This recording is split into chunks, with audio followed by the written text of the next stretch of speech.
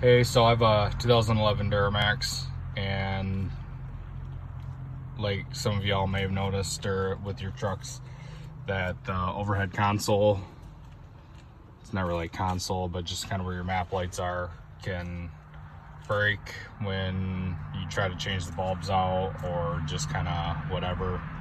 I pulled down on mine and it broke. So the part number, it was kind of hard to get when I looked online, but there's the part number, and there didn't seem to be a whole lot of information online and on the interwebs when I looked, so decided to just make a quick little video on it.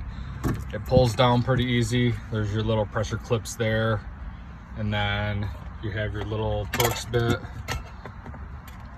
clips. Looks like it's gonna end up being a T10 right there. I got my multi-bit that I keep here in the truck. And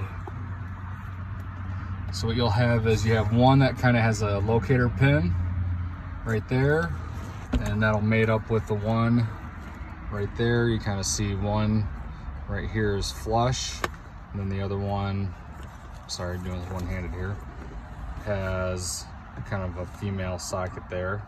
So you'll end up kind of just plugging the two in, and then once you get that, you'll end up putting the pins back in, and then there is two screws that go in through your map light and screw into that, and then you end up putting your glass back in.